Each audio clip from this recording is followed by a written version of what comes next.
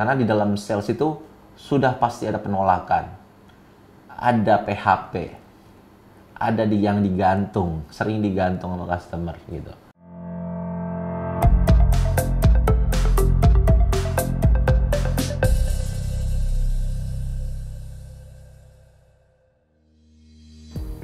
Halo Kopiers, balik lagi sama gua nih. Kita dalam konten kopi yang berikut ini menurut gua sangat menarik ya, karena kita akan bahas tentang internal daripada kepribadian kita sendiri. Pertama adalah karakter yang harus sales miliki. Itu ada beberapa karakter yang penting sekali dan harus kuat sekali dimiliki oleh sales. Intinya ini dari internal kita sebagai seorang sales, karena ada faktor dari internal dan ada faktor eksternal. Nah, yang kita bahas adalah karakter internal kita sebagai seorang sales yang mumpuni. Pertama adalah berani. Itu keberanian kita tuh penting banget, butuh. Contohnya simpelnya sebenarnya kita butuh itu untuk berbicara, public speaking, berbicara kepada customer yang lebih tinggi jabatannya, komisaris, direksi, jenderal, ataupun anggota DPR, pejabat seperti itu. Ada beberapa di antara kita sebagai seorang sales itu takut begitu melihat customernya itu lebih punya jabatan, punya kedudukan, atau seorang menteri. Takut jadinya kita berbicara, takut salah, takut apapun itu. Nah, kita harus berani speak up. Jadi pertama kita harus berani menjelaskan, menyampaikan apapun yang ada di pikiran kita sebagai sales, dan juga menyampaikan informasi-informasi yang berhubungan dengan produk. Oke, kita harus berani pertama itu tadi. Nah, yang kedua adalah imajinatif. Imajinatif itu penting sekali untuk seorang sales, karena pada saat kita kekurangan imajinasi, kita nggak bisa menyampaikan atau memvisualisasikannya suatu produk kita itu kepada customer kita. Jadi hilanglah itu kesempatan kita untuk bisa menjual karena kita kurang imajinatif gitu loh. Contohnya misalnya kita, ini Pak rumahnya atau apartemennya, rumahnya tuh luas sekian udah. Kita nggak bahas tentang future concept, future development, imajinatifnya kurang gitu. Nanti Pak di depan kita ini ada danau buatan yang akan kita bangun seluas sekian hektar. Dan di depan kita lagi ini kita akan bangun A, B, C, dan B. Bayangkan Bapak kalau nanti santai-santai di sini. Nah, itu imajinasi.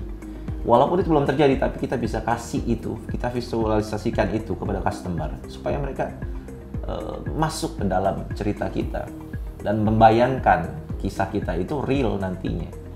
Jadi dia bisa membayangkan itu dengan baik dan akhirnya dia tertarik dan terangsang, terstimulasi untuk membeli produk yang kita jual. Even itu bahkan itu belum jadi, mereka udah bisa merasakan. Bayangkan tuh Pak, bagaimana sejuknya suasana di sini dengan pohon-pohon, dengan landscaping yang begitu indah dan asri. Imajinasi itu penting sekali, makanya harus ada di dalam setiap presentasi. Oke, yang ketiga adalah cara berbicara dan nada suara kita. Banyak kita juga lakukan hal yang salah ya, karena ada beberapa customer yang nada bicaranya seperti kayak orang-orang suku tertentu ya, kayak misalnya orang-orang dari Sumatera, dia agak keras. Nah, kita malah melakukan sebaliknya. Misalnya kalau kita punya customer nada suaranya cepat atau keras, nah kita harus bikin mirip gitu loh, karena biasanya orang suka dengan yang punya kesamaan dengan kita gitu loh. Kalau orangnya Jawa kita harus lembut, nah kita harus punya nada bicara dan nada suara yang sesuai dengan frekuensi mereka gitu.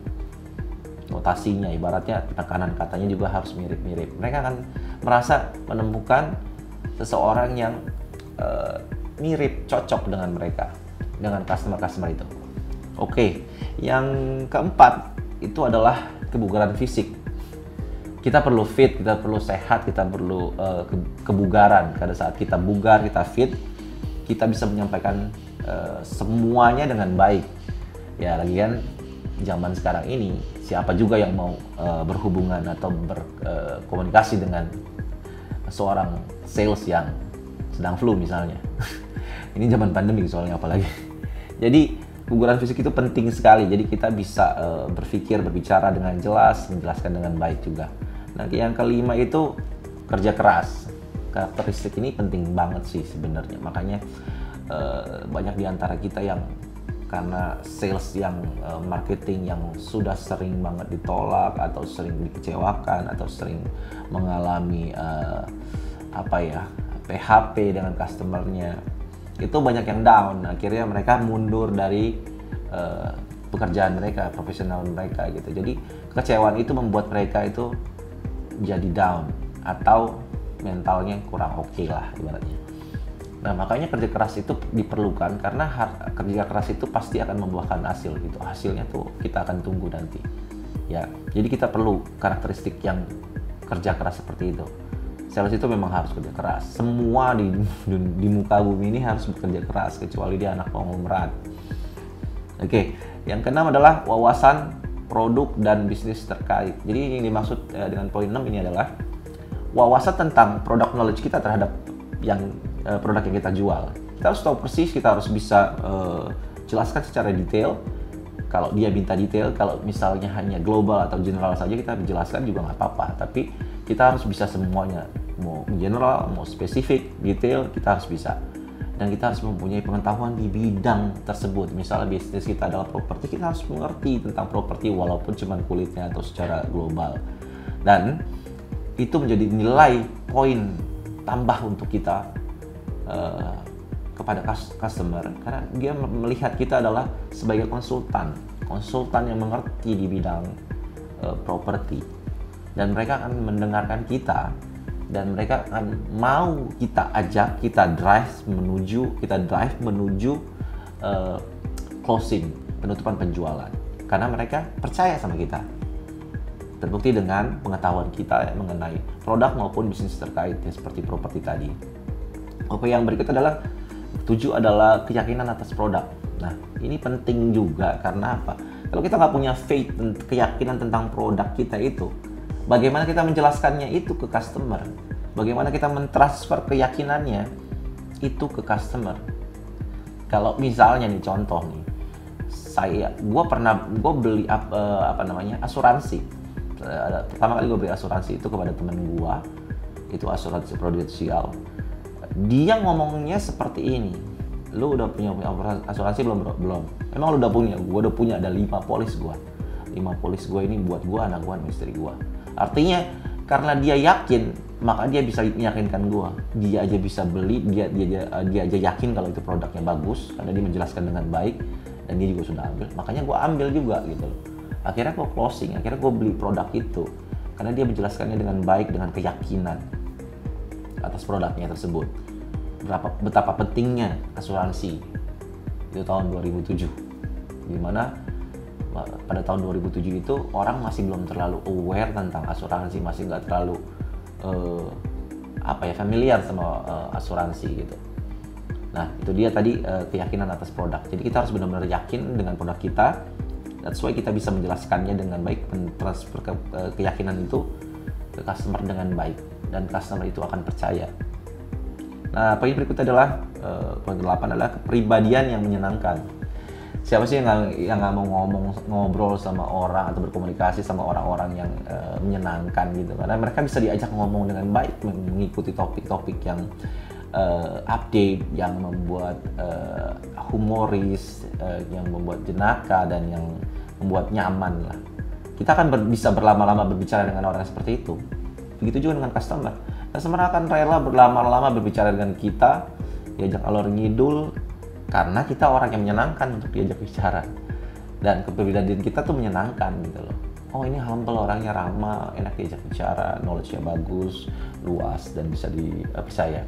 Oke, jadi tadi poin ke-8, dan yang poin ke-9 ini yang berikutnya adalah inisiatif. Kita harus punya itu karakteristik inisiatif. Jangan hanya kita misalnya kalau kita misalnya bekerja dalam satu developer atau property agent gitu, kalau kita di bidang sales, kita harus punya inisiatif yang kuat gitu. Jadi jangan hanya duduk diam untuk menunggu customer, tapi kita harus jemput bola. Kita harus pergunakan banyak cara. Mau pasang iklan, mau belajar tentang website, masuk ke digital marketing, atau kita mau bikin acara event promo, kita bikin pamflet sendiri, kita iklanin lewat medsos seperti itu. Jadi kita harus punya inisiatif, kalau enggak kita akan mati. Oke, yang berikutnya adalah gigih. Nah, ini strong point banget, karena apa? Kegigihan itu merupakan apa ya, wajib dimiliki oleh persistensi lah, wajib dimiliki oleh sales, karena sales yang nggak punya kegigihan atau persistensi itu nggak bakalan lama umurnya, bakalan sebentar banget, karena di dalam sales itu sudah pasti ada penolakan, ada PHP, ada yang digantung, sering digantung sama customer gitu.